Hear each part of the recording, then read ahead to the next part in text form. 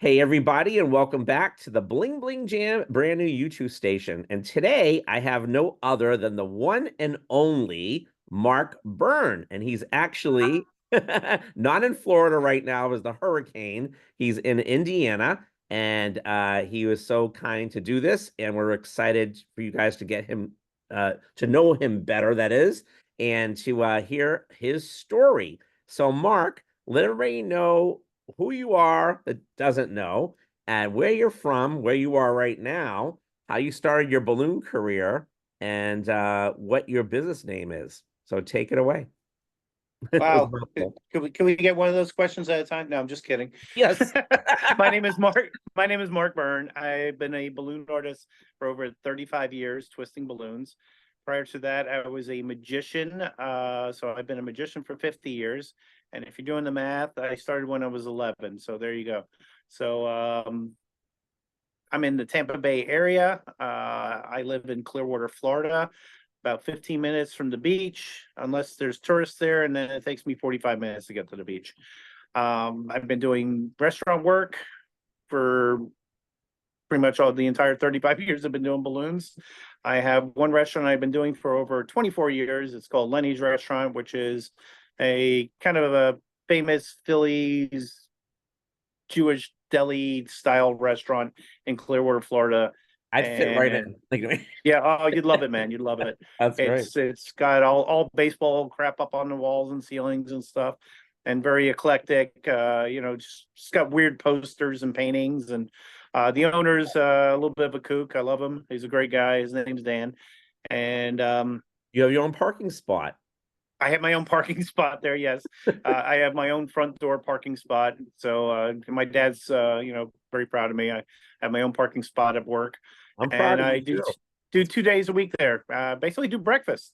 So I do from 9 to 12, and then I do 10 to 1. So Saturdays 9 to 12, and then 10 to 1 on Sundays. And we get a really good crowd, and it's been probably one of the linchpins of my marketing for the most part in my Bay Area. Um, did I answer all the questions? Am I done? I know, right? No. Okay, fine. So, well, that's great. So, okay. So, what made you get into balloons from, because I'm a magician too, and I know how I did it, but we all have a different story. But what made you dabble into balloons? How did that get started exactly? From the magic. Right. Well, I was bitten by radioactive balloon animals, and I Yeah. acquired these powers. Um, Yep. I'm kidding. That's my standard line for Right. all my guests when they ask me that, because we all know we get this question all the time. But the true story of it is I learned from a friend of mine that had a magic shop, and his name was Windy Doughton. Now, Windy Doughton traveled all up and down the eastern seaboard, doing malls and fairs and festivals as Windy and Sunny Magic Show. And at the end of his show, he would do balloon animals as a giveaway at the end of his magic show. But Wendy specialized in making very fast one balloon animals. The one Um, balloon zoo. Yeah. one balloon zoo. Yeah, I Yeah. actually, be honest with you, if because there's so many, our history of balloons is so kind of weirdly checkered, unfortunately, that we don't know who really created the first balloon animal and all that kind of stuff. There was a lot of Right. people actually um claiming to be the first. I mean, George Schindler claims to be the first, and this. Wendy claims he taught George Schindler, Doesn't it sound and familiar in the balloon world? yeah, exactly. Or in the magic world, it doesn't Right, matter. right. And then, Every skull for then everybody. yeah, and then Wendy's wife, Sunny. So Wendy was Wendy because he blew up balloons, Wendy, and Sunny was, his sidekick. They grew up like in vaudeville and stuff like that, doing balloons. Well, not doing balloons, but performing, and then balloons became part of it. But Sunny claims she bought the balloons for her kids party, and started twisting them and making stuff. Now, there's people way before, and I know I'm going into a deep dive on history, which sucks, but Yeah. there's people that claim to have done balloon animals prior to that, but there were always multiple balloon animals. So they would take 3 or 4 balloons and go, "Hey, look, it's a giraffe," and it was, those really crappy Tilly balloons that were like 3 inches around and 20 to 30 inches long, and they would make them into giraffes and stuff. And Bogue balloons, which if anybody's a historian, was out of California, which was Willie Bogue. Um, he did the Bogue balloons where he would twist them into animals and then he deflate them and put them back in his pocket, which I thought was hysterical. He never gave them away. That Mhm. that's the so she made them into single balloon animals. So she claims to be the first person to make single balloon animals.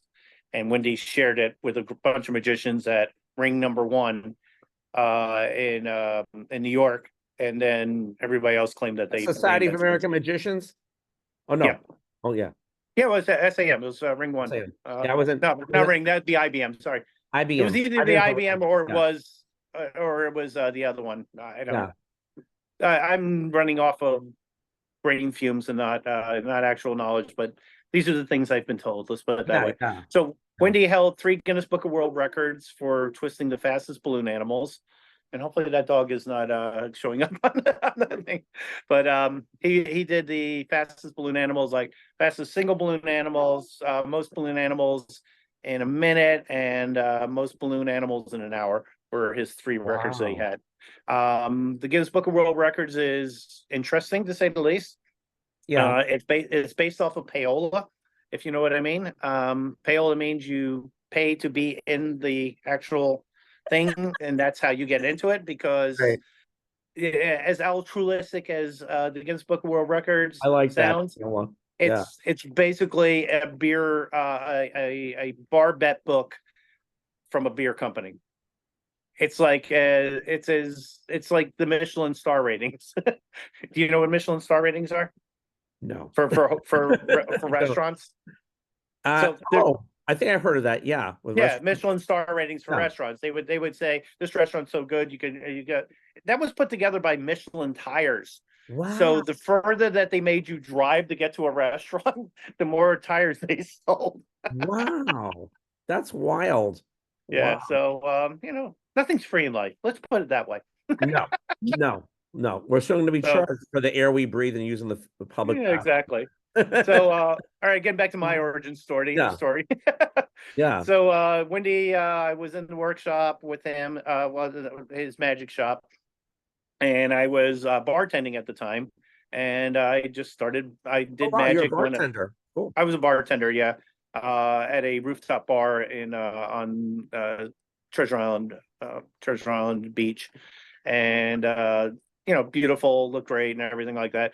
But me as a bartender, I don't talk about sports because I don't know about sports. I know Yeah, nothing about sports. I have no idea when the Buccaneers are going to play the Yankees. yeah. I'm Okay, the that's how same bad I am at sports. way. Yeah. And so I started doing some magic tricks behind the bar. And, first thing you do is you take, 3 jigger cups and you make them into cups and balls routine with a paper ball, right? Well, that got old after a while. So I figured, let me go get some more magic tricks and found a magic shop in town and met Wendy and Sonny. And Sonny hated me from the beginning. She hated me from the beginning. She was always like kind of, but she loved me at the end when she died. But they Wendy Mark, would a lot of people don't understand you at first, and then I wasn't trying to understand you either. And then like now you're one of my favorite people I like.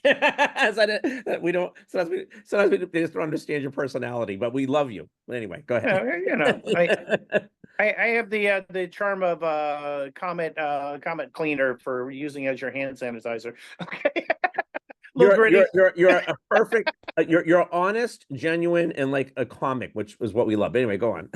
Yeah, I did stand up comedy for 13 years too, but that's beside the point. Wow. So yeah, and so Wendy was showing me all these strategy tricks. And I was buying stuff and everything, and I said, I was thinking about maybe doing some magic shows like for kids and stuff because my dad had said, why don't you do the thing you did when you were a kid? So like when I was 11, 12, 13 years old, I did magic shows, and go to all the rich people's houses, do a magic show and get like $50 for doing a magic show.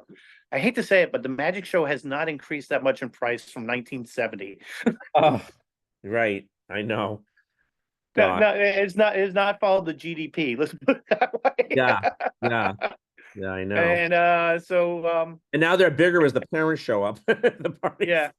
So he said to me, he goes, "Well, if you're doing magic shows for kids, you need to learn how to do balloons." And I go, "I hate kids." I was Oh, 26 years. I said I was 26 years old. I go, "I hate kids. I don't want to do balloons." No, no, no. Try it, try it, try it.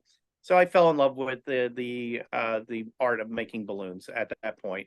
So I did a lot of fast stuff with him, and I but do picked you up still some hate kids? restaurants. What's that? You still hate kids? No, no. Love, I I love kids broiled.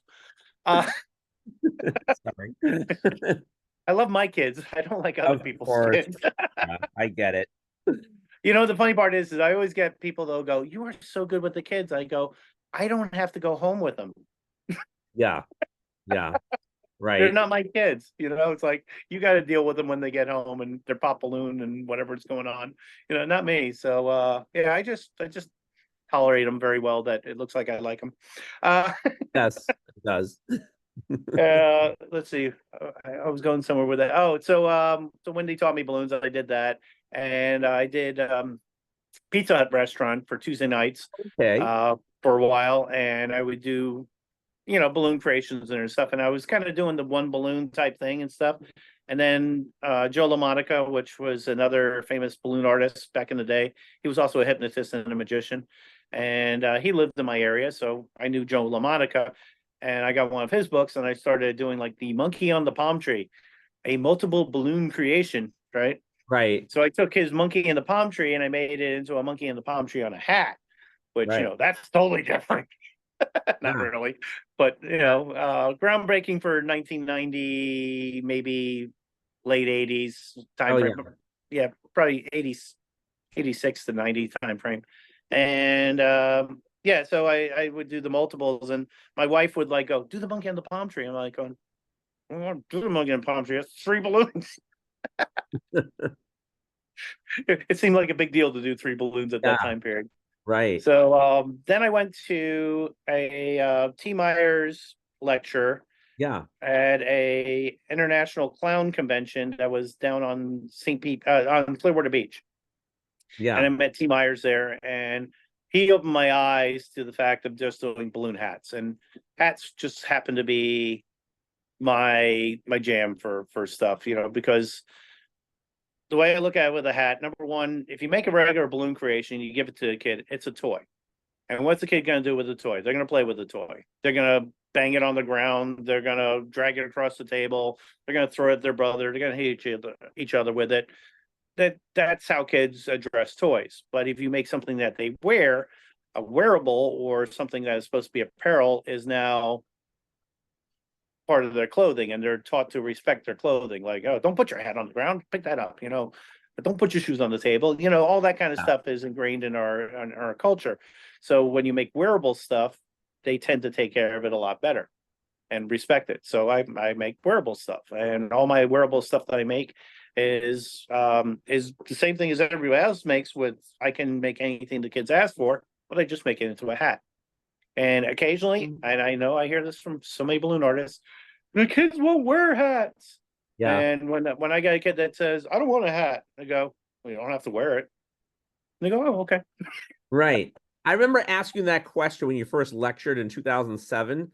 And Yeah. I was like, well, what if they don't want a hat? And that's what you told me. I was like, that's the greatest answer. So yeah.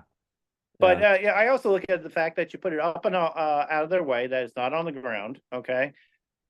The other factor I love about it too is just when the parents take a picture, they take a picture of the kid's face with the hat.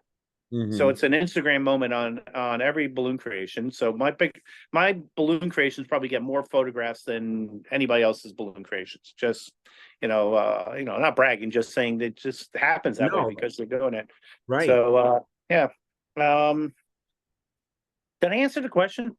Yeah, yeah, no, it's fun. I'm just thinking about a few different things. It's funny. I know you posted not too long ago speaking about your social media. There and was a balloon I've seen before, but it was like a big shark or something that you just posted at the restaurant, and it's like it's so big and impressive to you Oh, know. you're talking about the Eagles hat.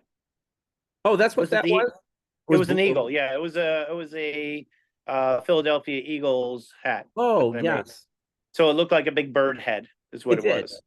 Yeah. Yeah. But even though it was big, it is one, two, three, four, five, maybe five balloons total with it Yeah. to make it, and one of them's around, and one of them's a piece of a yellow balloon to make the beak. But yeah, it does make a very impressive sculpture. And with my sculptures, things that I look to do with them is there's a couple of different ways to go about it. Do you want to go into balloon hats and how I approach them? Does that sound Yeah. good? Yeah. Okay, cool. All right. So Let's. when I approach creating stuff with art, I always look for at least three key components that make whatever you're making be what it's supposed to be. Okay, so if you're asked for, like a cartoon character or something like that, color is a big one. If you can match the color, you're 90% of the way there. Okay. Shape is another thing. If you can match the shape, that's great too. And then some sort of distinguishing characteristic of the creation to make it what it is. Okay. So Yeah. name any character you can think of. You're This is asking on you. Yeah, I'm asking you, Steve. Name any character you can think a of. character. I don't know what character. New one, old one. Whatever. I don't care. Just name a Elmo, character. most popular one. Elmo. All right. So Elmo's a perfect example. Okay. Yeah. What is Elmo? Elmo's red. Number one, right? That Orange. makes sense. The nose. But no, his nose is orange. Yes, he's Hmm. got ping pong ball eyes, Hmm. right? So that's another shape. And then if you can make him cute and standing up, you got it, Yeah. right? So my version of Elmo is the circle for the hat. Um, I call it the 3 o'clock, 12 o'clock position for Yeah. the loop, which means that it sits in the front, so it goes like this. So there's Hmm. a loop going in the front, and Hmm. then I make the body and the arms all together. They're basically a bunch of four for the body, and then the two arms sticking out by working from the inside of the balloon outwards. Right. So Which I another know doesn't. word. Oh, I'm sorry. I just want to put some words in your mouth if this is okay, and you can approve No, it go or. ahead. Okay. Another words, what Mark is saying, everybody, is he doesn't want a kid saying, I don't see it. Okay, meaning they can't, how the kids do that. They're trying to predict what you're making. He wants to make the character to look like what it's supposed to be or capture the essence. Correct? Yeah, exactly. So, one of So my favorite artists of well, I have several. I went to art school, so I have several favorite artists. But Hirschfeld was one of my favorite artists. Hirschfeld was the guy that used to do the caricatures for Broadway. okay. If you've ever seen these one-line drawings of like Charlie Chaplin, Marilyn Monroe, things like that. Hirschfeld would do it basically with one line and make that Wow. picture. And you'd be like, that's her or that's him. Yeah. And you would know instantaneously who he was trying to depict with like literally like one or two lines. I mean, it was incredible to see. It was taking the outline. A famous example of it would be Albert. People probably ain't gonna know who this is because I'm way too old. But Hitchcock, the director, he had his profile as his logo, and you knew that profile as he walked up because he would walk Yeah. up in a shadow and fill in his profile. So Yeah. that's what I'm looking at when I'm doing art, is to create some sort of an essence of what they want.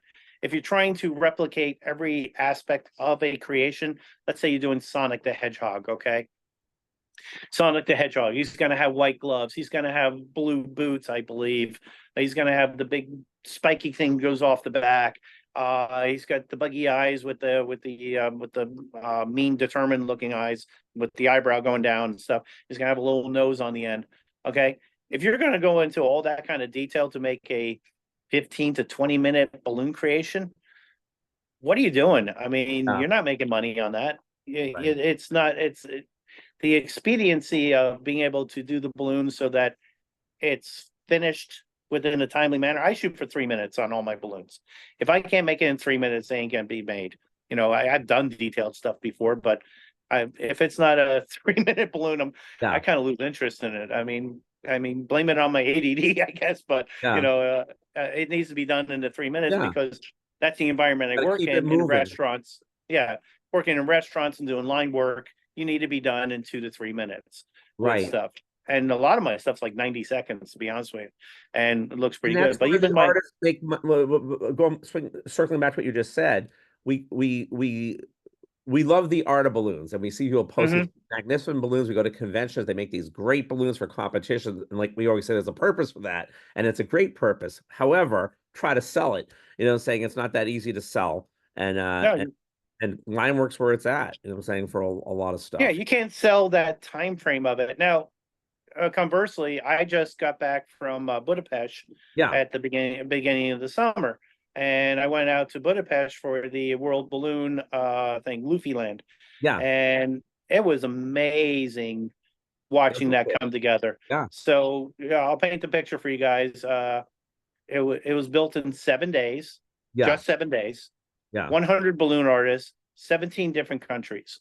Right. Okay, and I went to be I went not to be as I wasn't Marie or any of the other people that were Yeah. like that were probably paid to be there. I Right. paid to go just so I could see it and do it. And and and That's I, what and I I, did. and I, and I bet even if they were paid, it wasn't what they should have been paid. It was one of those things, right? And that's okay. It's an There's, experience. there's there's a lot of beer money in that thing. I'm just saying. Yes, yes, yes. Of course, of course. But Yeah, I was working with all the top European yeah. And there's a lot of and world serendipities people. that you learn from that. You know what I'm saying? Yeah, And the yeah. experience. So it's always good. Yeah, Yeah. Rie was there. She was Love amazing. her. Yeah. Just Marie was there. I'm Yep. trying She's to think some of great. the other ones. We had this one guy from China. Uh, I Oh don't even yeah. want to try to He's pronounce he his name. he messages me about coming to Yeah, Blind.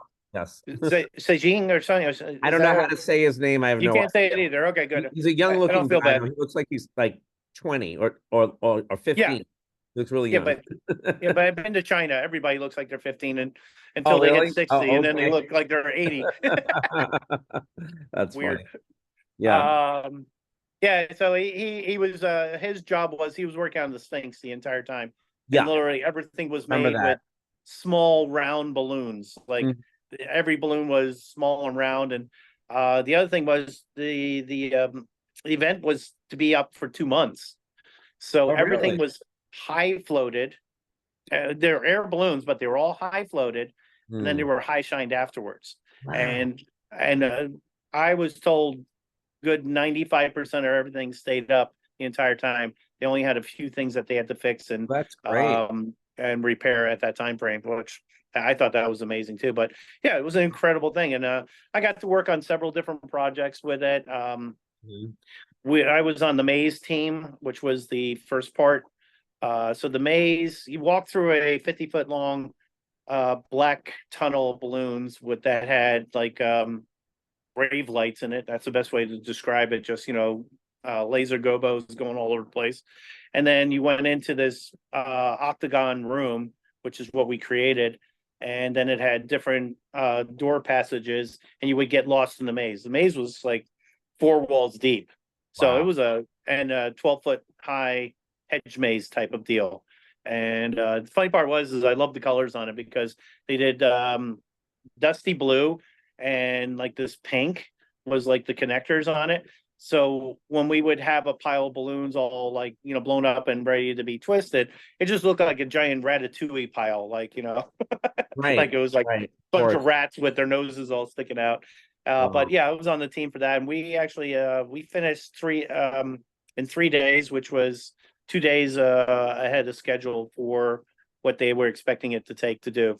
So I was on the long and boring team for a bit there, and Right. then I got to work with Gary Ledbetter Yeah. and help him with the rigging and stuff like that. I Yeah. think I got to help with Gary because I could understand Gary and he could understand me. Yeah. Yeah. Right. I'm sure. Yeah, So, Mark, that's all. And I have a few questions to ask you. sure, So, go ahead. you've done some amazing things and different things, and I'm so glad that you let everybody watching this hear all that because it really is so cool. What areas in your balloon business do you like most to focus on? Like, is it the restaurants? Is it, let's say that, and I don't know that I'm just saying bar mitzvahs. Do you do any decor at all? Is there something that you haven't done in your balloon career that you want to focus on in terms of like a market I'm talking about, like to focus on or I don't know, whatever you want to share. What Sure. markets do you like and what markets have you not done that you would like to do if in the future perhaps? Or I'm maybe you a haven't. I would consider myself a balloon opportunist. Okay. Yes. So I don't You're an act opportunist completely, but we but yes, that's great. no, so I go after it's I don't pursue markets. Let's put it that way. Does that Okay. make sense? Yes. Markets pursue me, Yes. which is a very different way of going about stuff. I mean, Yes. if you're marketing and you're going, please love me, I'm amazing, please love me, then Yeah. that pushes people away further. You know what I That's mean? true. That's true. Yeah. So Remember, if you're going, hey, I'm amazing, come get me. Now, if yeah, they're telling you you're amazing and yeah, they want you, that's a much better place to be. So I focus on being entertaining is number one. I always want whatever I'm doing entertaining. Now, weird part is when I'm twisting balloons, I don't talk a lot. I talk, but I'm not shtick heavy. Does that right. make sense? It does. I'm not trying to and the weird part is the shtick part of it was the reason I made my DVDs. Yeah, Because yeah. when I used to watch other people's DVDs, and I'm not going to Oh, they say were any boring. names, but Yeah. I'm sure you guys are going to know who I'm talking about. But when people were making DVDs back in '90s and 2000s and all that kind of stuff, the emphasis was that they sit there and they tell the same 8 jokes over and over again, and then Yeah. subject you to 10 different versions of balloons with the same 8 jokes. Okay. So Yeah. when I created my Bad to the Balloon DVD series, which Yes. now has 6 DVDs total. It's broken up weird because I did I did 3 sets inside the number 3. So it's Bad to Right. Balloon 1, Bad to Balloon 2, Bad to Balloon 3. Then it's Bad to Balloon 3 is this one, this 2, this 3. And then Right. it goes to Fast and the Furious, which I think Fast and Furious is my last one. So it winds up being 6 altogether. Right. And I didn't want to talk because I felt talking Right. distracted from the art. So I put music with it, and the music would be with me. We're gonna get inundated. Why? That's Really, okay. guys? All the dogs just came out here to sit with me. Oh, You geez. don't see them yet, but they're Yeah. big. Yeah. Yeah. Speaking of which, hi. Uh, That's Hawk. Hawk is a Newfoundland. He's huge. oh, So, wow. hey, I Hawk, love come these come outside. dogs. It's all Sorry right. about that. No worries. And then my 2 little dogs. I have 2 Boston Terriers. Oh, So nice. yeah, of course you'd love Boston Terriers. Of course. So Definitely. sorry. So the DVD series, one of the things when I was trying to create it was to make sure that people aren't getting annoyed with me.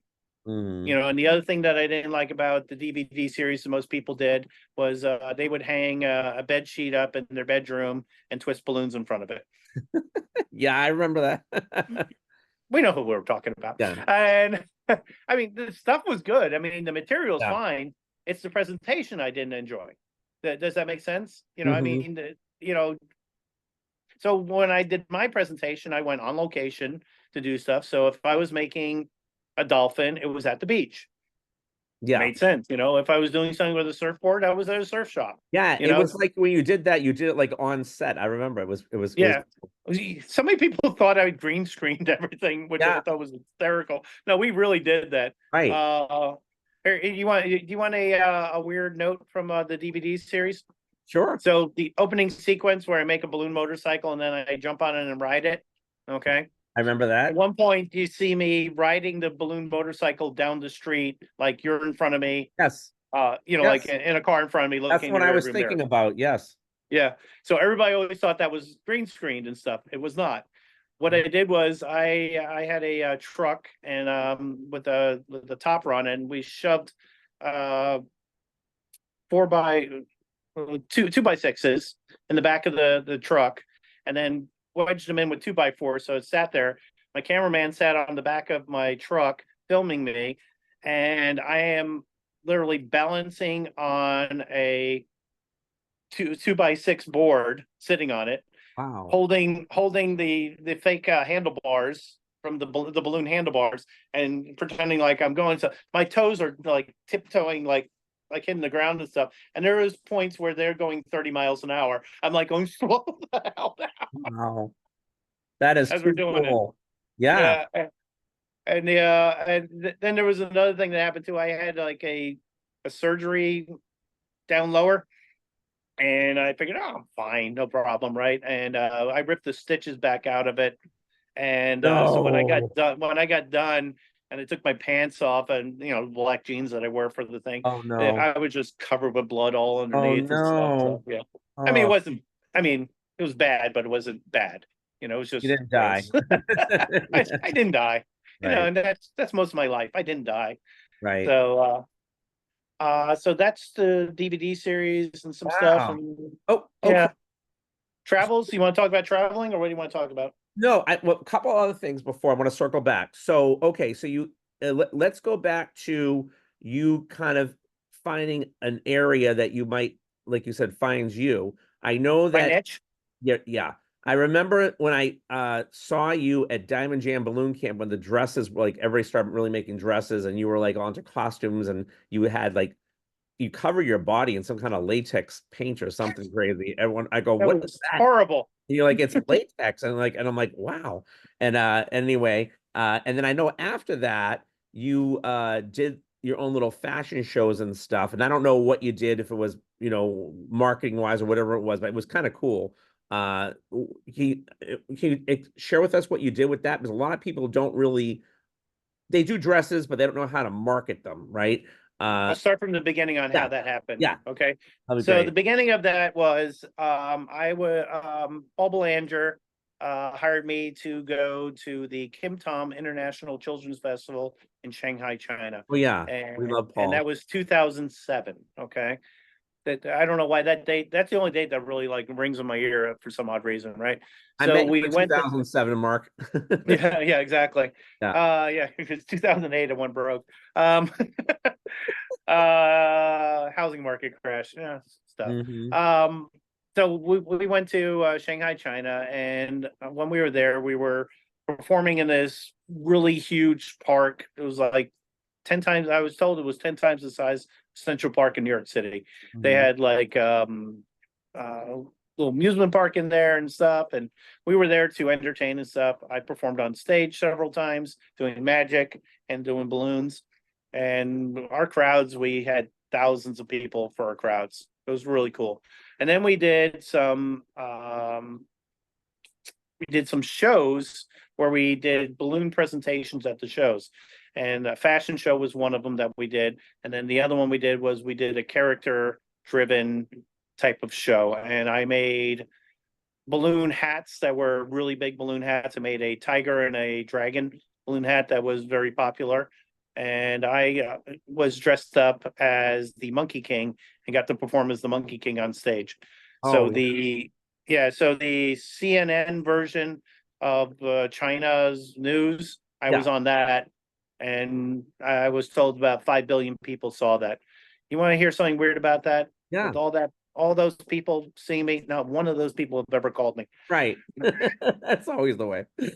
Yeah. 5 billion people see me. No, whatever. Um, I did the Monkey King thing twice in the show, and then the second time we did it, we had a collaboration that was going on between the Chinese government people and us. So in the Shanghai Opera, the Monkey King is celebrated in the Shanghai Opera. Okay, so it's a character that, how do I put it in American terms? I know it in British terms. In British terms, they do something called pantomime, which is always the Peter Pan story. And when they do the Peter Pan story, they have different celebrities play different characters within it. And I guess the exciting part of it is who's going to be Nana this year? Who's going to be this one this year? And that's the equivalent of, we really don't do anything like that in America. Maybe Rocky Horror Picture Show. That might be Oh, the yeah. closest thing to it, right? That's Yeah. American, right? That you may have a celebrity that comes in and does Rocky Horror Picture Show. So that's what we were doing. So we had this thing going on. So we had a real Monkey King guy And the Shanghai Opera sounds like somebody banging on like tin cans and trash cans, and they do kung fu while they're like bing bing bing bing bing bing bing bing bing bing bing bing. And I'm not saying that as a racist thing. That's what it sounds like. Okay. And these guys are like doing flips, and they got monkey boys that are, doing acrobatics, and it's pretty amazing. It's incredible to see. So the troupe that was doing the Monkey King stuff didn't want to get off stage. They wanted to be on stage with us. And we're like, so we have a English speaking director and we have a Chinese director, and they totally clashed in the fact that neither one saw either one's vision and stuff. And so I believe the guy that was our director was Irish, and he was like, "Oh, fuck. Yeah, they won't get off the stage." And I go, "You want me to see if I can get him off the stage?" And he's going, "What?" He goes, "I'm the Monkey King. I'll go out and meet the Monkey King, shake his hand, and ask him to leave." Meanwhile, there's 5,000 people in the audience. Okay. Yeah. 5,000 people in the audience watching this, right? So I come out, and, I'm doing this slow kind of walk thing because I got these giant arms. They were made by Ken Stillman, and we're like coming out, and I go over and I mock shaking the hands with the Monkey King. Oh, yeah. And then I'm like going, "All right, you guys can go now. Get out of here." And I have like these little Monkey King boys, like these Shaolin monk guys, like doing flips over my head and stuff like that. But I eventually kind of crowd them off to the stage, right? Yeah. And everybody claps, and then we go through and we do our thing. Oh, I am so sorry. That's okay. Hey, dogs. Sorry about that. That's all right. Neighbor's dog just came out. Sorry. Oh, that's all right. So I wind up getting them off stage, right? And then we do our thing, and we hear this large bang at one point, and we're like, "Okay, whatever," right? And then I come off stage with everybody else, and there's a hole in the wall in the green room. I'm like, "What happened here?" And somebody said, "Yeah, the Monkey King wasn't very happy with what happened, and he punched the wall." Wow. So like there was this literal crater in the wall where this Monkey King guy just had at it. So anyway, but that's kind of the China story. So I wound up making, yeah, so Jess dresses, and I kind of went on a tangent. I wound That's up making okay. the balloon hats, part of the Monkey King costume Yeah. that I was wearing. Ozzy Cohen worked on it. Ken Yeah. Stillman worked on it for my costume that I was on. Yeah. I And remember all that. yeah, and that was a lot of fun. And then I also made my first balloon dress there. And my Right. first balloon dress was basically a simple skirt with like kind of weird kind of clown hat on it. And I'm there with like Nico Freak and Steve Jones, and just Mhm. a lot of people are making really fantastic costumes. But I Mhm. got on stage too, so no big deal. So Right.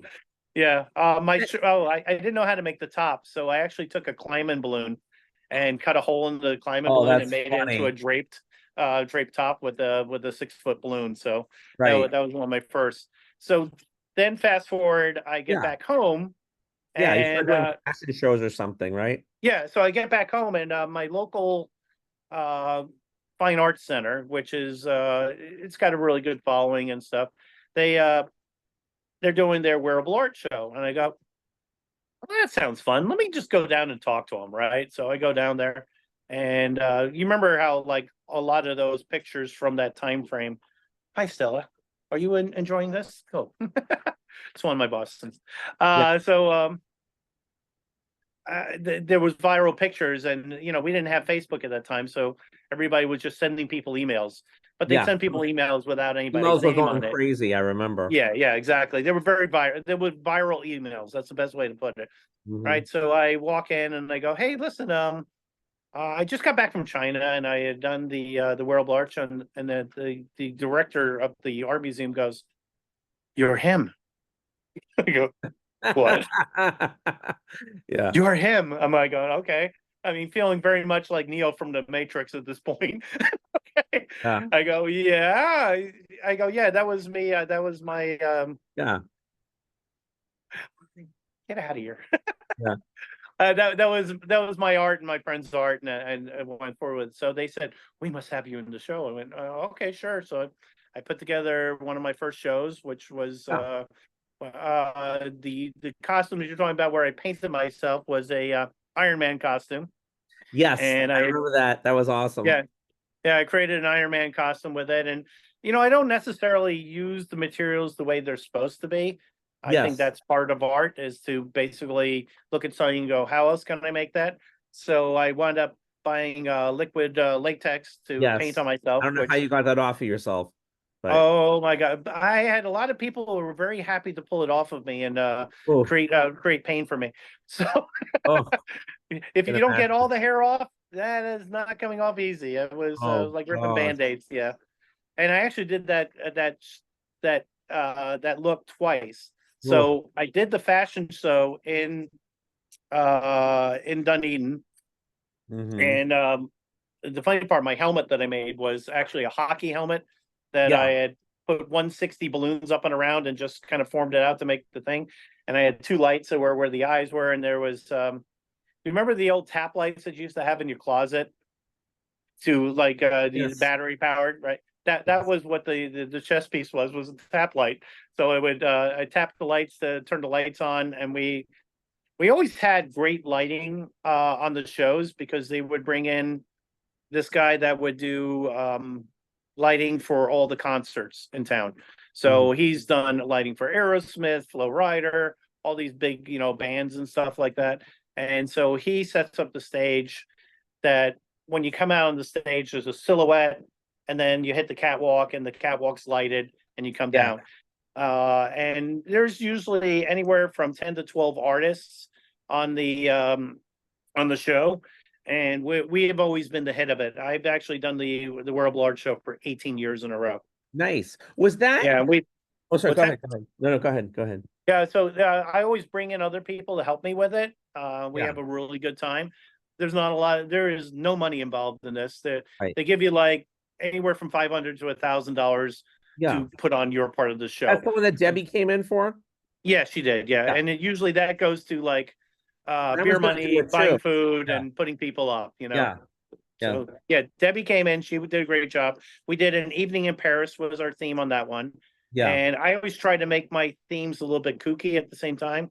So our Mm-hmm. evening in Paris was a couple of different folds. So we were trying to recreate a 1950s, 1960s fashion show. So all the looks were kind of in that kind of realm, that they're like peg dresses and things like that. And then the other thing is Paris is the city of lights.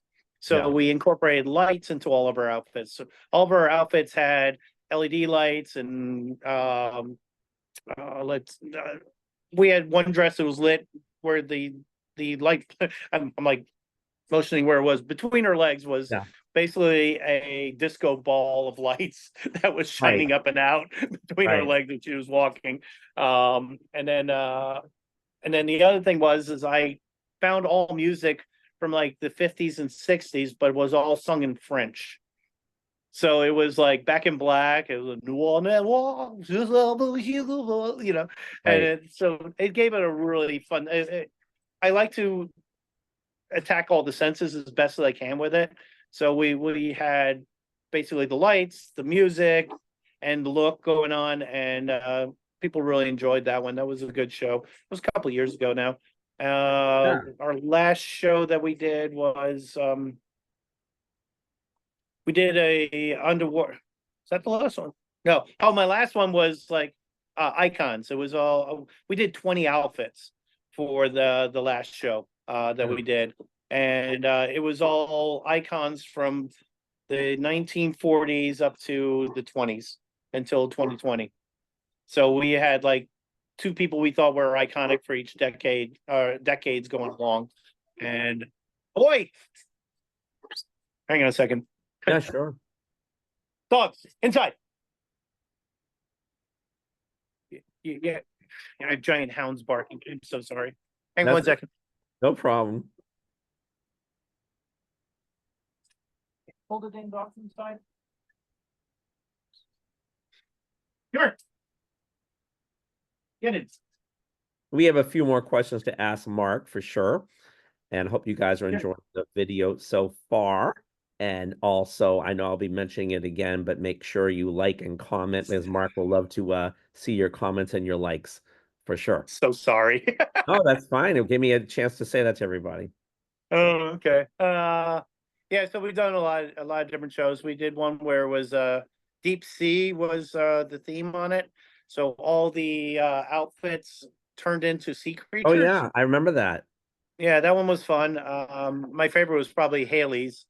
Haley and another girl, when they came together, they created a um Not the mermaid. anglerfish, the anglerfish. Okay. Okay. They created an anglerfish, which was really cool.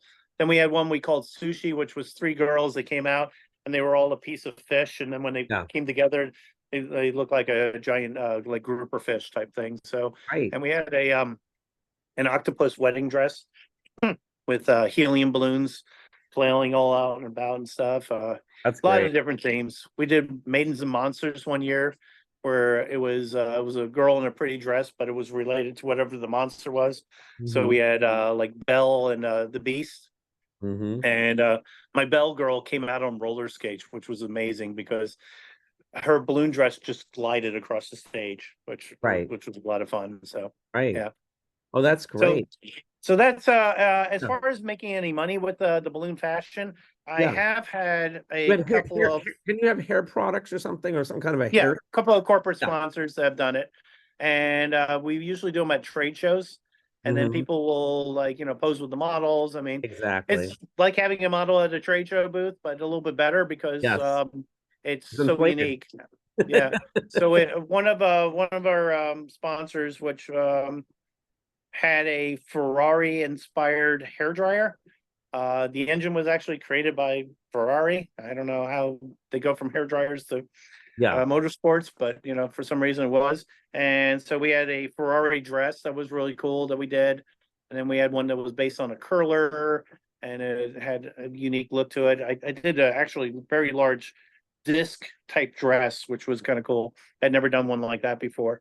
Yeah. And then we had like this whole black and white thing. And one of the things that I've created with the balloon dresses to make them more commercial, and I've done this for fundraisers and stuff like that, is something I call a pop promotion.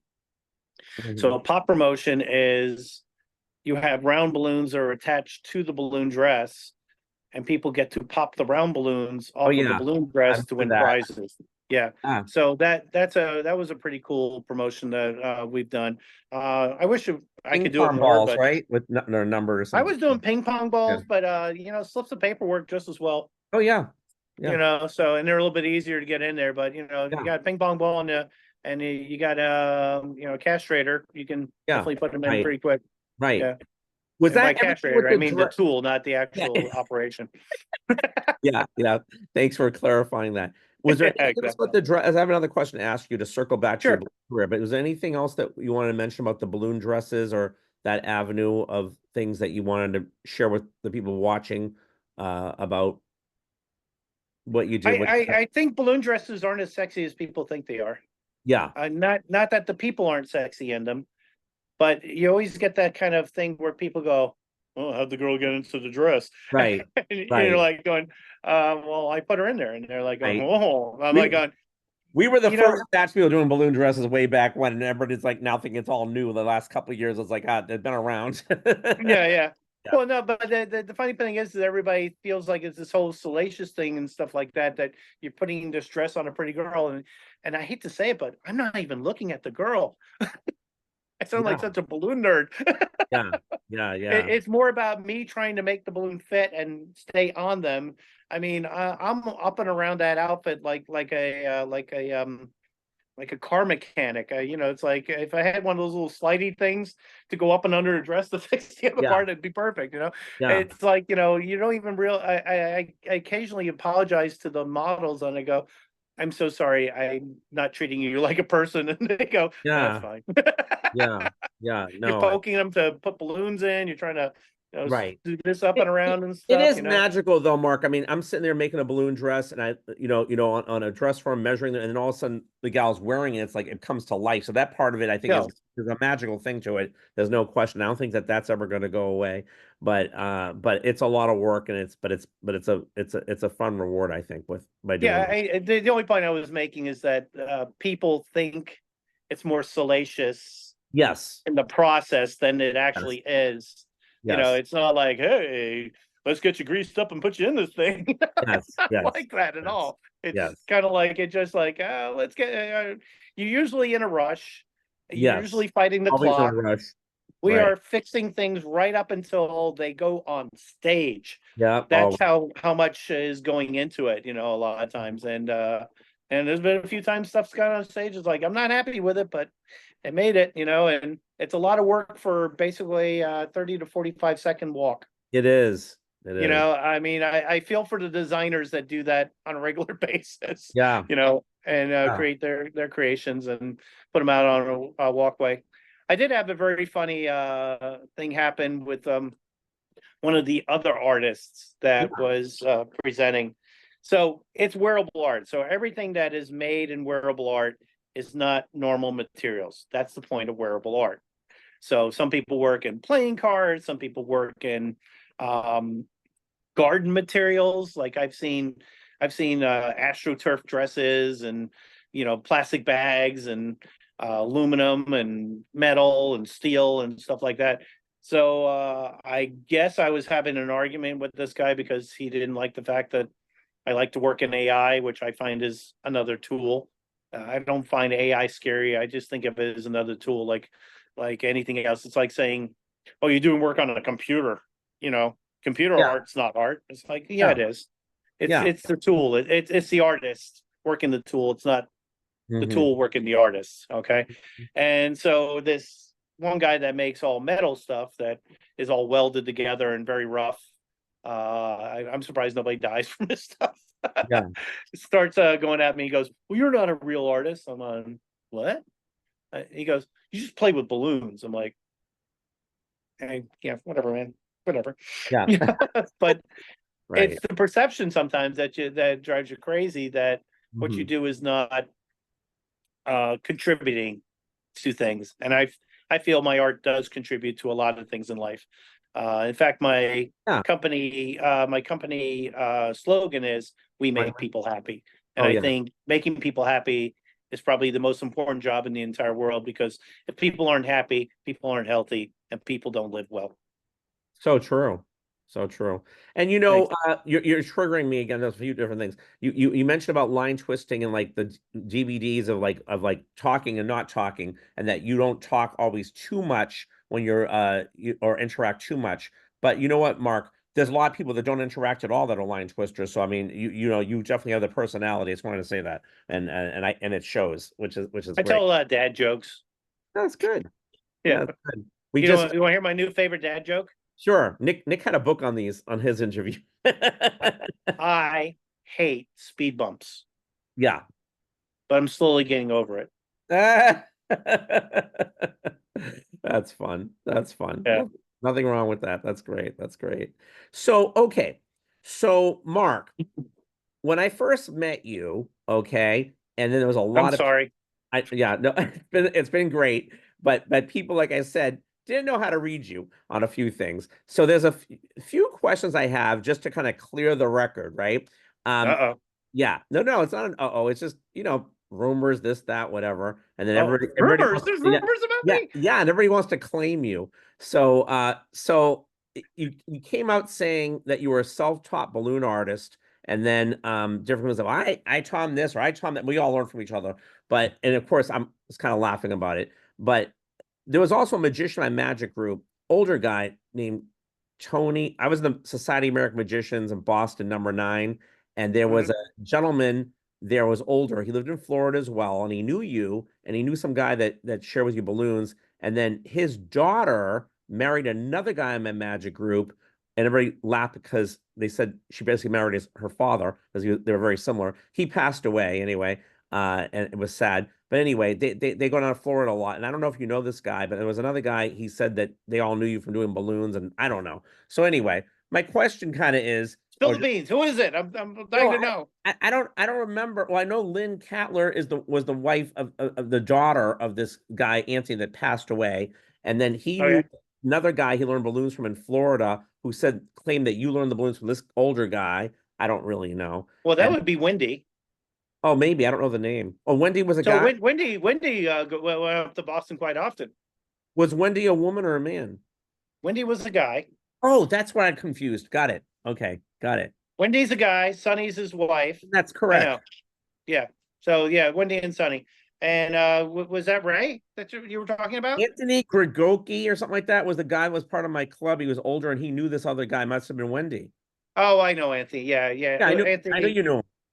Yeah, Yeah. he moved down here, and for some reason he moved in with Wendy. And when Wendy died, he took his house. I don't know how that Oh worked, but gosh. okay. I don't know either. Okay, I don't know. His daughter's a very nice person, very, very nice person. And but anyway, but yeah, I don't know. Anyway, but I just know, Well, Wendy was the guy that taught me the initial workings of balloons, but okay. a lot of the techniques and stuff like that, like the number one technique that I took away from being with T. Myers was Yeah, just twirling a balloon. yeah, That was freaking magical to me. Like you right, can take a balloon and you can twist it onto itself and it stays like right, that. What the right. hell? Right, right. So the Yeah. self-taught statement is not really exact. I mean, we all teach each other type of thing. I'm just asking you. I don't know. Just trying to. Well, I played around with a lot of balloons. Let's put it that way. I Yeah. mean, if you're talking about original techniques that I've created, I would say the Yes. lasso technique is probably definitely mine. Yeah. I don't. I've never seen anybody else do the lasso technique. And if you're wondering Yeah. what the lasso technique is, if you look at my DVDs and you're looking at the dragon balloon, the way that I make the brow and the horns on the dragon, I squeeze the air out of the center of the balloon and I wrap it around the balloon so the balloon doesn't segment. So there's Yeah. no joint Yeah. where the dragon comes together. And I think that was kind of pretty revolutionary because like everybody copied it from me and put it on YouTube after Yeah. I did it. So I'm like, I must have done something right, you Yeah. know. But my technique for doing one of the things I do with balloons, I think is a little bit different than everybody else's. I will combine um different techniques, and the techniques that I'm combining are like using line to delineate form. It goes back to that thing where I was talking about with the Eagles hat. Okay. Yeah. The Eagles hat, you said, boy, that's huge. It was one balloon that was huge. It's Yeah. just basically a balloon that was blown It up looked all the really way, good. Yeah. but it's bent into a shape to Yes. give you the line of Yes. what you want. Yes. Um, I do similar things with like my football helmet, Yeah. where if you ever bought, I mean, if you ever were subscribed to Balloon Magic, if you got Yeah. a football helmet in there, it was 27 freaking balloons to Yeah. make a balloon helmet. And Yeah. that was just ridiculous because it was, and it's not practical again. So what I did was I made a balloon helmet where it's basically the outline of a balloon helmet or Right. a helmet. It's an outline of a Makes helmet sense. using balloons. Yeah. And those are the techniques that, as far as self-taught, I mean, Yeah. pinch twist, this and that, and everything, it's all there. But how you Yeah. combine them, I think makes a difference. I'm very big on bending balloons, Yes. and I don't think a lot of people bend balloons They properly. don't. They don't. They don't, I mean, even my Tyrannosaurus Rex one that I do, Yeah. if I asked anybody else to make a T-Rex and they start with the legs, and they're gonna have 4 to 6 pinch twists just in the legs section Yeah. alone. Yeah. And it's like, why? I bend it here, I bend it here, and I bend it here, and then I do bend, bend, bend. So I'll put 3 bends in there before I even put the thing together. Yeah. But it looks like a dinosaur leg because dinosaurs have, that high ankle bone that comes up, and then, kind of like a horse in a sense, it's the way a horse's leg is. So I think I look at putting more art techniques into my balloons Yeah. rather than Oh, you definitely do. You definitely do. rather than looking at how Yeah. I think a lot of balloon artists look at balloons and they think they know how a balloon should look Yeah. versus how the object looks. Does that Yeah. make sense? I Yeah. know it's a weird distinction, but Yeah. I No, I think it's 100%. kind of important because if you're trying to make the shape of something, but you're realizing you need to make the structure more so than the shape, you do it more architecturally than you are artistically. That is a good way of putting it. Yeah. So you're building the walls and this and that and making that happen, whereas maybe you don't need a wall. Right. Maybe you just need the essence of a wall. Right. Exactly. I want And to I do, circle back to yeah, something. So go ahead. before the DVDs and all that kind of thing, you and I have a similar background in terms of starting off with magic, right? Hmm. And when I always say the story, I saw, I went to the magic shop and I bought balloon books. And back then there was no DVDs, there was no convention, there was no nothing. And I was the one balloon zoo magician like you were. And I self-taught myself out of the books, you know what I'm saying? And was a lot of things. So like when I actually went to my first twist and shout in Boston, I think people were surprised that I already did balloons. I'm like, I already did balloons. No one, what I'm saying, I had done them before that. And but because that's all there was back then. And even like making a pregnant dog and making a swan and making, those different things, like I learned it out of a book. So to me, with the confusion about the self-taughtness, I think, that's self-teaching too, out of a book. I don't know. So that's for me. Let's put it this way. Know? Okay, I've seen how people make stuff, and I've redesigned the way they're made. Yes. And you've done that Does really that well. does that make Yes. sense? So, Yes. and I'm not saying that I'm self-taught. I'm just saying that I think differently. You do. Picasso can pick up a brush and Magritte can pick up a brush. They are Right. not going to be the same paintings. Okay. Right. Right. Just by sheer technique alone, Right. if you're saying this paint stroke makes this and this paint stroke makes that, it doesn't matter in that respect. I Yeah. do think my designs are a different type of creativity than what most people do.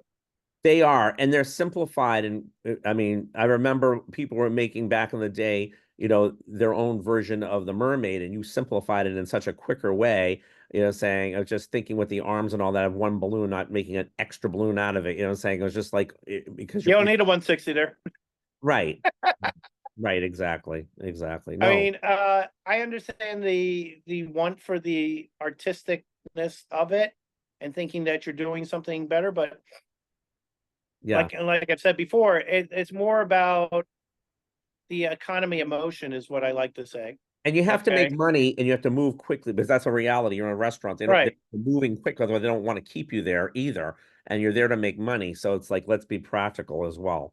So, Well, and that's what I like about you is you yeah, really break that. the economy of motion I like about some of the stuff, the way I do it is like I don't tie a balloon unless I have to tie a balloon. And that sounds really crazy because, well, I gotta Yeah. lock this in. It's gotta be here. No, three wraps and a Yeah. pull through, and it's a knot. Yeah. Okay, it's not a conventional knot, Yeah. but it's a knot. Yeah. Okay, same thing with like one of my favorites is the swan. Okay, my Yeah. swan is two balloons. Okay, Yeah. so I've modified it from the DVDs that it's a 160 and a 260 opposed to being two 260s. But one of the things that I really love about doing it, I make the headpiece and I make the swan head, Yeah. all standard, right? I put it on my arm. Then I blow up the next piece. I throw it down onto the balloon, tie it up here. I grab this and I just pull. And Yeah. it automatically makes the center of the balloon because you have the other two ends, and then you pull the other ends and wrap it around. Okay. Right. But that's so much quicker than, all right, well, let me put this down and let me Right. make the other circle part. And let me Right. attach the circle part here with a little knot and a pinch twist over here, and put another pinch twist over here, and then form it over here. Yeah. Yeah. And I'm like, I'm like 5 to 6 seconds ahead of them just by that alone. You know, the thing that's amazing to me is I have won very few balloon convention awards. Yeah. Yeah. Well, And who cares? Right. yeah, well, and that's the thing is I actually my unicorn design I put into a twist and shout balloon hat one, and it was literally made in 90 seconds. Right. And I was listening to people talk about it because it's sitting there on a little headpiece and they're walking by and Mm-hmm. there's two balloons in it. Right. And I'm like going, yeah, Right. but there's only two balloons. And I'm like going, are you selling the amount of balloons or are you selling the art of the balloon? Yeah. You know, Yeah. and my unicorn looks like a unicorn. Yeah. Yeah. And yeah, and it's got a braided mane, it's got a technique swirled horn, and it's got little cutie eyes on it. Okay. Yeah. But I think the and word for you, Mark, is you're practical. That's the the word for you. practical balloons, yes. Yes. Yes. Commercial balloons. Maybe that's a better way of putting it. Because Yes. you can make more money with it. I can probably do 15 unicorns to somebody's one unicorn. Right. Right. Right. It might not look like My Little Pony, but Yeah. that 6-year-old's just gonna be as happy. Yeah. Oh no, absolutely. Absolutely. It's great. And I love your mindset. So it's always good to pick your brain as well, which is great. So so that's great, Mark. Was there anything else before we go on to like talk about Bling Bling Jam, which we're going to talk about too? Was there anything else that you wanted to mention about you, your balloon career, that you want to share with the people watching? I don't know. Did we miss anything? There's always a lot to talk about. This is great. Well, let's maybe go with some balloon advice. Yes. Be open to whatever is happening and see how you can adjust to it. Yeah. Um, I also so like Balloon friends. we've already discussed a lot of the opportunities that have just kind of come about to me. Yeah. Like, hey, I'm gonna go to an art museum and tell them that I make balloons. Who Yeah. does that?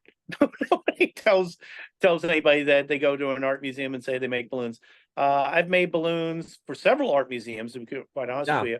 I've done stuff for the Dali Museum here in town, which is a multi-million dollar facility. In fact, Yeah. I'm actually doing something for them at the end of this month where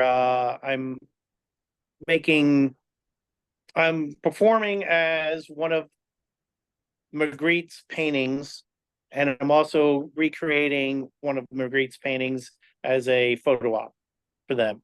I've done stuff for the Fine Art Museum in town, the St. Petersburg Fine Art Museum, where they've had me make balloon replicas of Botticelli, Hmm. uh, Andy Warhol, Hmm. and a Sphinx that were, just pieces that they wanted to have a local artist do something. So, Yeah. look at where you can be that's not a kid's show. You Exactly. might be able to do adult stuff in that respect. I've done corporate events, I've done corporate retreats. Um, I have a corporate um, breakout session Hmm. that I can sell to corporations where I call it blue out of the box instead of think outside the box. It's blue out of the box. I love And that. we come what I do is I set up a bunch of pre-blown balloons and I come in with like a like a pinstripe power suit with the red tie and stuff Hmm. and they tell everybody that I'm an inflationary specialist. So they think they're gonna get this like geek talk and they wind up Yeah. making balloon dogs. Yeah. So That's I teach fun. them how to make a balloon dog, and everybody gets to learn how to make a balloon dog. And it's a metaphor for working outside your comfort zone and Sure. blah, blah, blah. And then I put everybody into teams, and then they make a balloon hat. And somebody's the designer, somebody's the creator, somebody's the model, and somebody's the So person that it's does building at a the whole nother description. level. Yeah. But you can charge, decent money for stuff like that. Oh I mean, yeah, I've done you some get of a that. couple of $1,000 to maybe Yeah, $5,000, depending on how big the session is that right. for doing basically what you do with kids. Exactly. Um, so that's something that I think a lot of balloon artists don't think outside the back box about. The other thing is understand your time and your worth when you're doing stuff. Hmm. Especially when it comes to big events. And I've said this so many times online, I don't understand people that set up a large event. They will have three face painters they will have 5 character artists and they'll have 1 balloon artist there. I know that we're the biggest line. Oh, And I don't and get it. then and then what happens is the balloon artists panic Yeah, and they decide that, well, I'm just gonna make weenie dogs from here on out.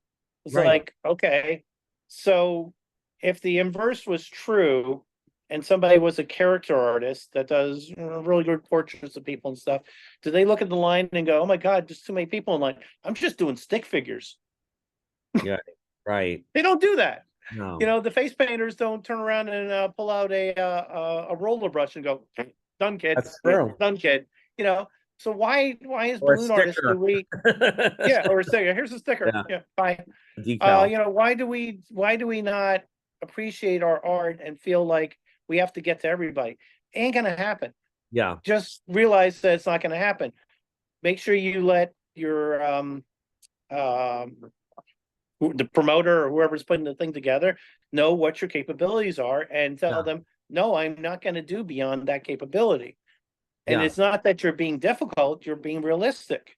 And a lot of people don't want to be realistic with what they do. yeah, And that I find that's unfortunate, which kind of brings me to one of my products I created. yeah. I created the no line sign. Are you familiar with my no line sign? No. Are you familiar with no line sign? Okay. So I created a product that's basically a sign. Okay. It's a two-sided Oh, the sign. no. Yes, I am familiar with that. Sorry, we said Okay. the no line sign. Yes, No line sign. Yeah, it's my accent. I get it. yes. You said it like So one word. yeah, yeah, yeah, yeah. No line sign. There Right, we go. right, right. And basically, it's a two-sided sign that gets you in and out of a gig. Okay. Now Yes, you need to buy some extra things to go with it. yes. You're gonna need like a ticket machine and a stand and some sort of way of letting people know what number you're on and stuff. But the Hmm. premise of it is instead of setting up your stuff and everybody lining up and you just go, what do you want? What do you want? What do you want? Now you can actually kind of spend time for people and Yeah, people aren't having an anxiety of standing in a line. Okay. They'll still stand in a line because people are just conditioned that way, but yes. the anxiety is nullified in a sense, right? Mhm. So I just did a big event, 5 hours twisting balloons um for a firefighters function that they were doing, open to the public, and we were basically at a major stadium in the parking lot doing what we were doing. So I had a tent set up, I had a fan, I had Hmm. my chair, which was great, and then I have a bench. I have a bench that's an aluminum bench that's used for scaffolding. Hmm. It's rated for holding up to 300 pounds. So pretty much take almost any kid. Right. And the bench gets 3 or 4 kids sitting on the bench at a Mhm. time. But I call off numbers from the numbered stickers that they're pulling out of my ticket machine. So everybody's got a sticker on there, and I went to stickers because the toilet paper that they make the deli ticket machines out of just doesn't last in the heat. They literally just, the kids sweating on them and they turn into mush. So Mm. I use stickers and we usually put them on their shirt, or my favorite thing is to put them on their foreheads. I think that's funny as hell. And then I can actually see what number the kids are and stuff. But I just run the line that way. And then when I get to my threshold and plus maybe plus or minus by, 20 or 30%, depending on how busy the place is, Yeah. I'll add to it, right? I finished. I was 11 o'clock to 4 o'clock for my show. Had tremendous lines of people. Gave away almost 300 tickets Wow. for balloons. Okay, but everybody understood the rule that if you weren't there when your number was called, sorry, missed you. Yeah. Bye. Yeah. That's how we did it, right? But we Mhm. got to the end and I said, listen, I'm not going to get to everybody that may have tickets. I'm going to call off these numbers. And I gave them like 15 numbers before I closed the line. I said, these are going to be the last 15 people. I'm sorry, guys, but we can't do any more. Right. So we cut it off of those 15 people. Those 50 people stayed. And I was out of there 401. Perfect. I love Yeah. that. Yeah. Perfect. 401, just another 10 minutes to clean up and I was done. I was out of there. But Perfect. I started on time and I ended on time. And I think Yeah. that's very important. And when we start going It's, beyond the time frames, people expect us to go beyond. And when you start giving more than what you're worth, then you're reducing your value. And I don't think balloon artists should reduce their value. We're a very prominent thing at any event. yeah, Um, I had said the other day, I was at a football player signing. Like we had 4 major league football yeah, players signing crap for people. Who had the biggest line? you The freaking balloon artist. exactly. I had Mike Alstott there, and I had a bigger line. I saw Mike Alstott standing around like doing nothing Yeah, at points. It's like, why am I busy and you're not? yeah. It's so funny, We'll Mark. trade paychecks. Yeah, yeah. It happens here all the time. I was at same thing happened. NBC Boston at the time. It was a different station. I had Jerry Springer when he was alive, and Maria Menounos, who's from Boston, and a line signing with Steve Wilcroft, and they were like, "Oh my God, his line's bigger than ours," meaning mine. It was right next to them. So, Yeah. it's So yeah, that's some of the stuff I've kind of thought differently about, and I yeah, think that's what everybody needs to do is you need to think differently. Um, the yeah, think differently tagline actually does come from Apple computers originally, and Steve Jobs basically had. I'm going to paraphrase what he said, but Steve Jobs said it's easy to make something difficult. It's difficult to make something simple. And I feel I've fit into that mode that I make difficult things simpler yeah. for my balloons and how I do stuff. And I'm just really surprised a lot of you guys just don't do my stuff. Right. No, I am too. No, it's practical. No, Mark, you're right. I mean, Mark's honest, you guys. I mean, he's laughing and stuff, but he's honest. Okay. And it really is true. Your stuff is good and it makes sense. And you make sense. So we appreciate you like completely. Thanks. You know what the story is? Common sense is not too common anymore, Mark. Yeah. But you would think more of the people that promote the these conventions would hire me more. Yeah. I can't afford you. You have to ask. You have to ask. Yes, yes. Well, speaking about that, we worked together before, and I wanted to say, when I was involved being the vice president and the president of the Society of American Magicians of Boston, we brought you up here, and when Vlad was president, you got his attention, and it's not easy to do. We were just talking I got a about vampire's attention. Awesome. you did. No, he knows you, and he Yeah, I likes know. your stuff. And he doesn't. I mean, of course, now he likes the balloon world too, because we're friends, and he's been a bling bling. But I'm just saying. But prior to that, like I think you were like one of the big things that like opened him up a little bit, saying and stuff. So he definitely was impressed with your stuff, Mark. And Well, that's I mean, you got to approach it as an entertainer and um as a person, yeah, I hate to say this, but magicians and balloon artists fall into this weird category that they're just weird and they don't know that they're weird. And one of the one of the things I get as a compliment from a lot of people is after they heard me talk, and I'm basically talking to the adults, I'm talking to the kids and stuff, yeah, and they look at me and go, huh, I would have thought you'd been stranger than that. I'm like, oh, really? What's wrong? right, Why can't I be a person and a balloon artist at the same time? It's the unfortunateness of our culture and society that we have clowns that are serial killers nowadays, and you know, scary. locally where I live, we had a guy that was pedophile necrophiliac that was a puppeteer. It's like, oh, great, thank you very much, Mister, for putting Yeah, that out there into the world. yeah. And he also worked for a Christian association. It's like, oh Oh, God, God. it was a lot of wrong going on in the world, but Yeah, just because there's wrong going on, I mean, I'm sure there's firefighters that are assholes too, but that doesn't mean that every exactly. firefighter is an asshole. You know what I mean? So, Yeah, um, and I know that's kind of a weird way of stating it, but you got to make yourself real to people at the same time of doing something incredible. yeah, You got to bring your level of strangeness down in this sense. I mean, right. I talk about weird subjects with people and stuff like when I'm talking with table and I'm twisting a dinosaur and I go, you know, it'd be really cool with dinosaurs. And they're like, well, no what, right? I said, have you ever seen a plesiosaur? What? Right, What's a plesiosaur, right? Well, right. it's a really long neck dinosaur, kind of like the Loch Ness monster, right? They go, oh yeah, yeah, I got it, right? You realize that a plesiosaur dinosaur skeleton looks exactly like a penguin skeleton? And they go, what? They go, what if plesiosaurs look like penguins? Right. No, weird thought, but it does make people think in a sense of Yeah. something different, you know? And it's like, Sure. so, Sure. I like to throw out weird stuff like that, but not really weird stuff. Sure. It's all good. It's all good, Yeah, Mark. It's yeah. great. This was a great interview, Mark, and it was a long one, but I really appreciate it. This is really good information. I think people really will enjoy hearing more about you.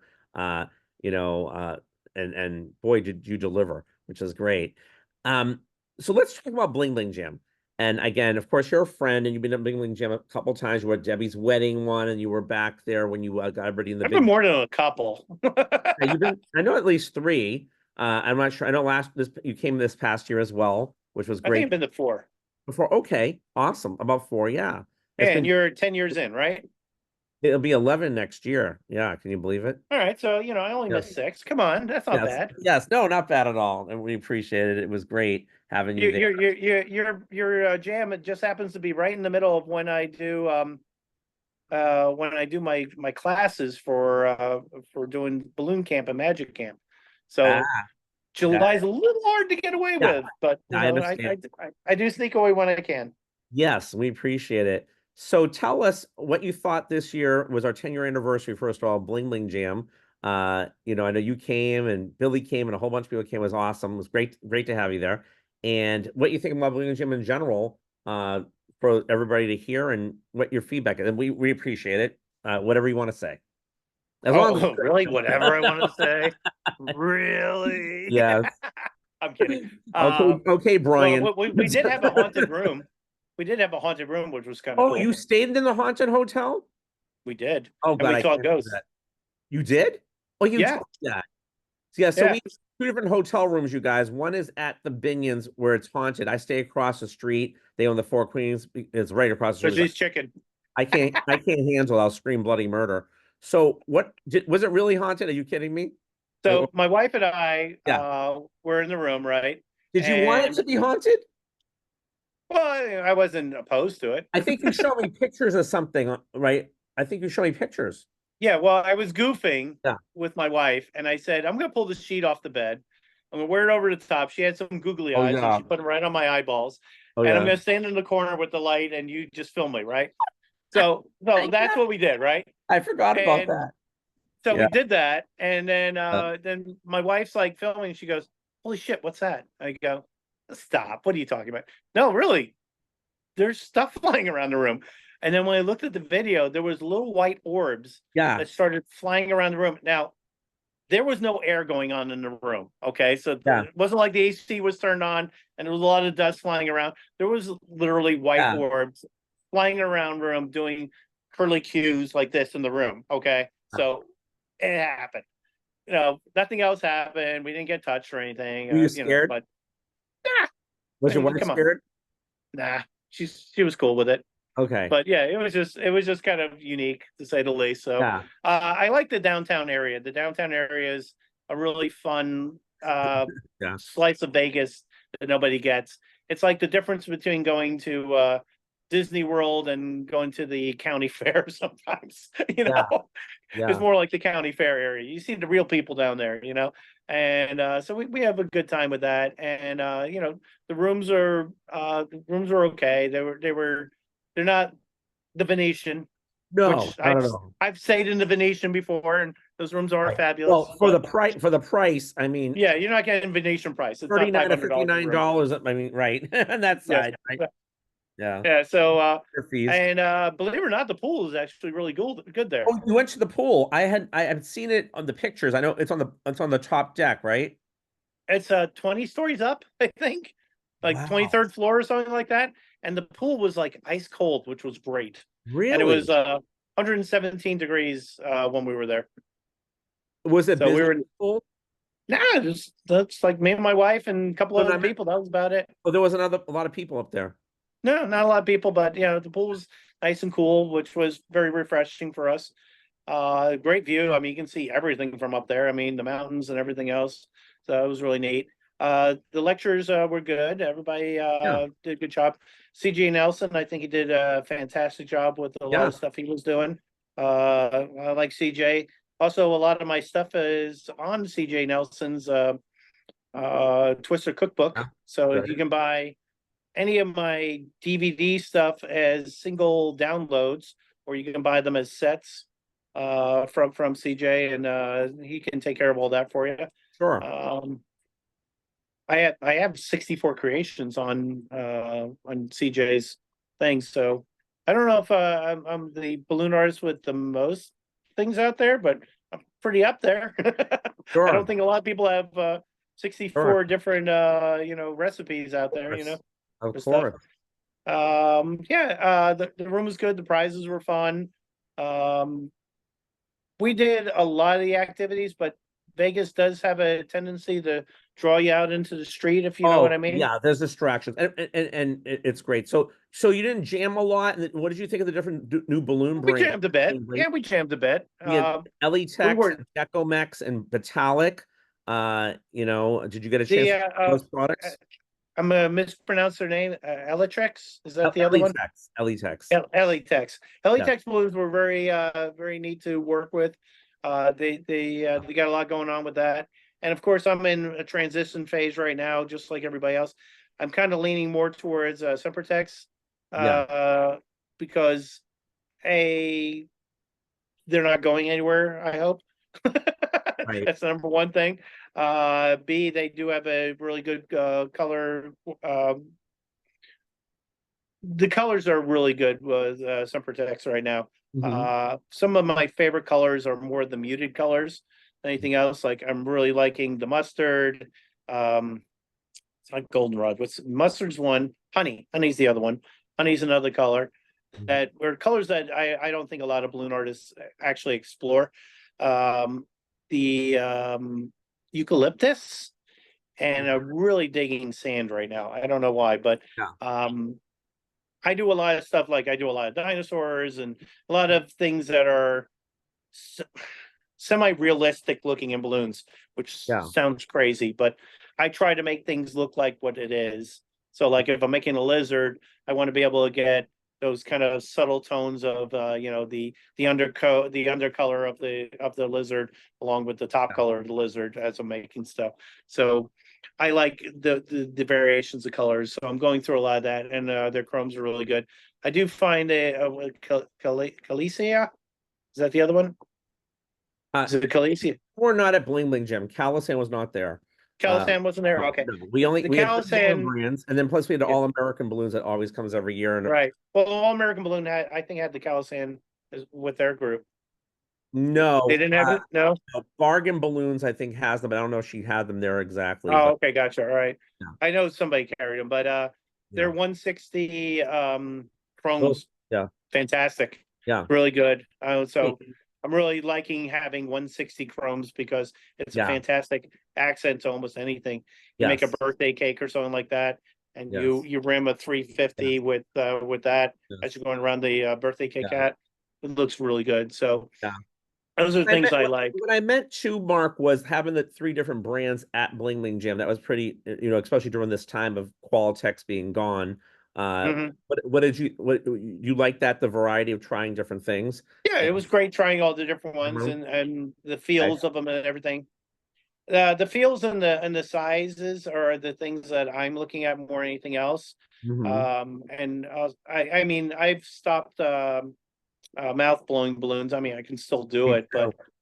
I've stopped mouth blowing balloons because of COVID and all that kind of stuff. That I got a I hyoid hernia.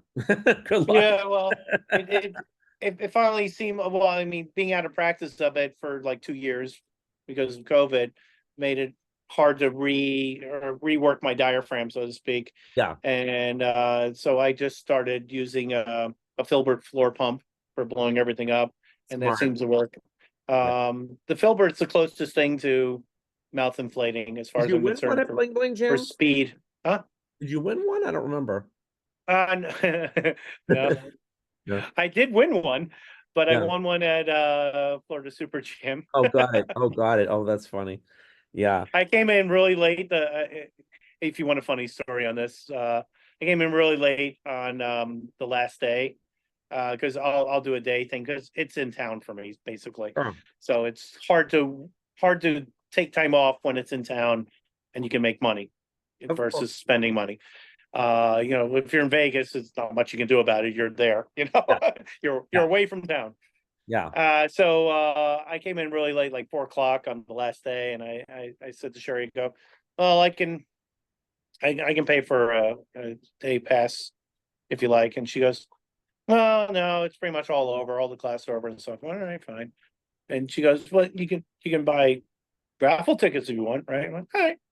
So I bought $125 worth of raffle tickets. And you won. That's great. You get your Everything. money's I worth. won everything. Good. Well, that's nice. That was nice of Yeah, her. it was. Oh, The funny part was at the end they were the Filbert pump was the big prize at the end, yes. and I don't know if I was pissing people off, but Sure. like I won like tons Sure. of stuff, right? Sure. And Good. so I said that's mine too, Yeah. Awesome. and Awesome. and they go no it's not, and I go yes Yeah. it is, and they go what's your number, and I called off like the first three numbers and they went yeah, and then they called Yeah. off the next two, and I called off the next two numbers. And they went, oh yeah, and I go, well, it doesn't matter what the last number is, it's mine, right? Because I Right. had a run of tickets for like 100, so Right. I won that one. That's So I have great. a purple and yellow filbert pump. I now have two filbert pumps. I have one Great. that was starting to wear out, so that's my backup filbert pump, and I got the other one because with filbert pumps you need a backup Right. Of course. Of course. So, because you never Mark, know when you're gonna get it fixed.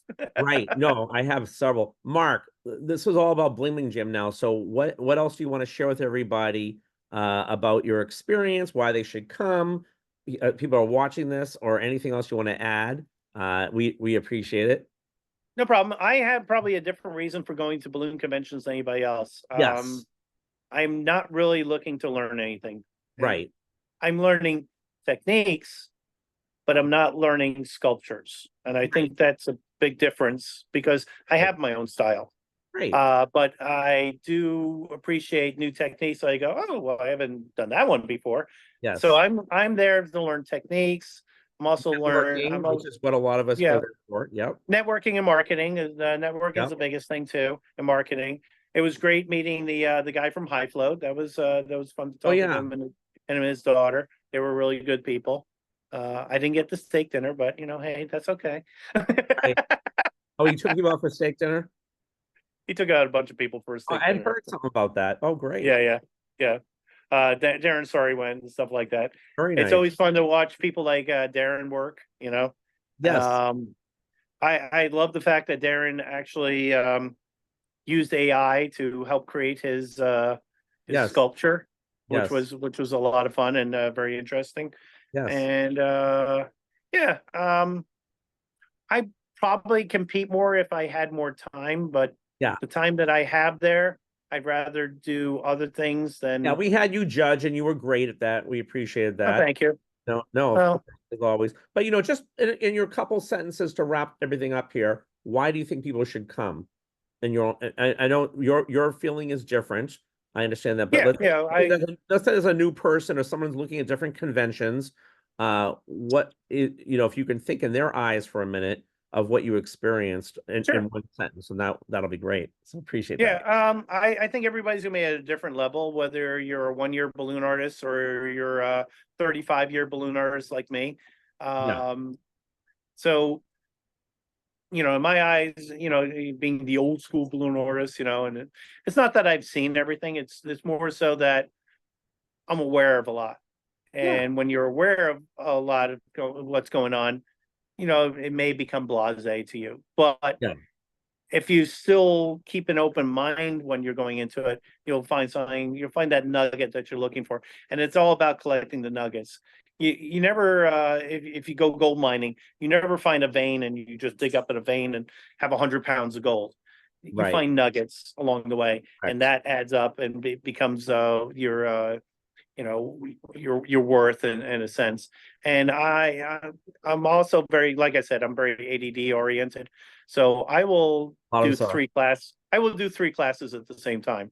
Yeah. So I will pop my head into a class and Saw go, you jumping from room to room. I saw it. yeah, yeah, jumping from room to, I'll look and I'll go, okay, that's what's going on with that. Okay, good. I got that. Yeah. And then I'll go to the next class and Yeah. then I'll come back and that. And then if I have questions because maybe I missed it, Yeah. I'll ask either the instructor or somebody that did something. Oh, how'd you do that part right there?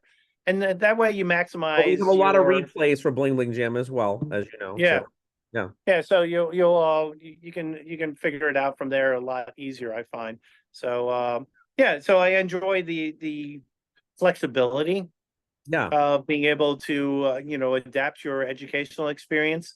I find if it's more like we're gonna do lunch at this time, we're gonna do Yeah. this, and this, and you have to be at Yeah. this to do that. Yeah. That tends to be Yeah. You too know, much on me. we always say at Bling Bling Jam that, a lot of people share a lot of other things, business Mhm. and things like that. And like you're right, the formulation person, we all start off that way, and there's a place for that, but we also have a great jam room for that reason. And it's the serendipities, like you said, those little nuggets. Those things are like unbelievable, and that's where people get the value out of it at our event. And that's what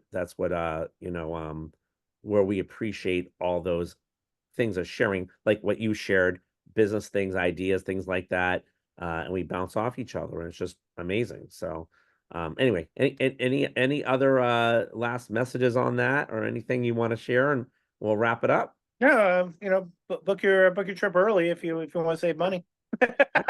Yeah, oh, for sure, for sure. Yeah, Well, and yeah, figure having a night out for yourself while you're there in Vegas. Go do something fun. We went to go see Particle Inc., which was at the Luxor, and that was a really amazing show. That's good, different. It's not like anything else you've seen in good. Vegas before. And find your niche of what you'd like to do and stuff and hang out. You can always add a couple of days either side. Oh You yeah, know, it's cheap come in enough. a couple of days early or come stay Yeah, a couple of days late, and yeah, have fun. But you know, definitely go out to Bling Bling. Don't let the heat bother you. yeah. It's right. It's gonna be wicked hot, Yeah, but everything's indoors there. You don't really need to worry about it. and Fremont's not And that bad at night. It's pretty good, I think. yeah, Fremont's definitely got an interesting vibe, that's for sure. I meant the heat. I meant the heat at night. But Oh, yeah, okay. No, I meant the street performers. yes, yes, yes, yes. I heard you're gonna get an opportunity to do that right next to them. Yeah, right, But, exactly. yeah, And we've done that before. yeah, the hotel's fun. It's a good time, and it's like when you go on a cruise ship. You're not gonna spend your time in the room in the cruise ship. Exactly. You gotta spend your time in the jam room doing stuff, interacting with people, or going up and down the strip. And food's amazing all over the place too. So, the you anything you want is in Vegas. Doesn't matter who you are or what you are. Anything you want is in Vegas. You can find it there. You Yes, just don't have to know where to look. yes, yes, yes. Awesome, Mark. Well, thank you so much for this interview, guys. Please show Mark some love and put some comments and likes on there. I know this is a long interview, it was great, and we look forward to the next one. And this will air on Wednesday. You guys have a good one and bling it on. Thank you so much, Mark. Over and out, everybody. Bye, everybody.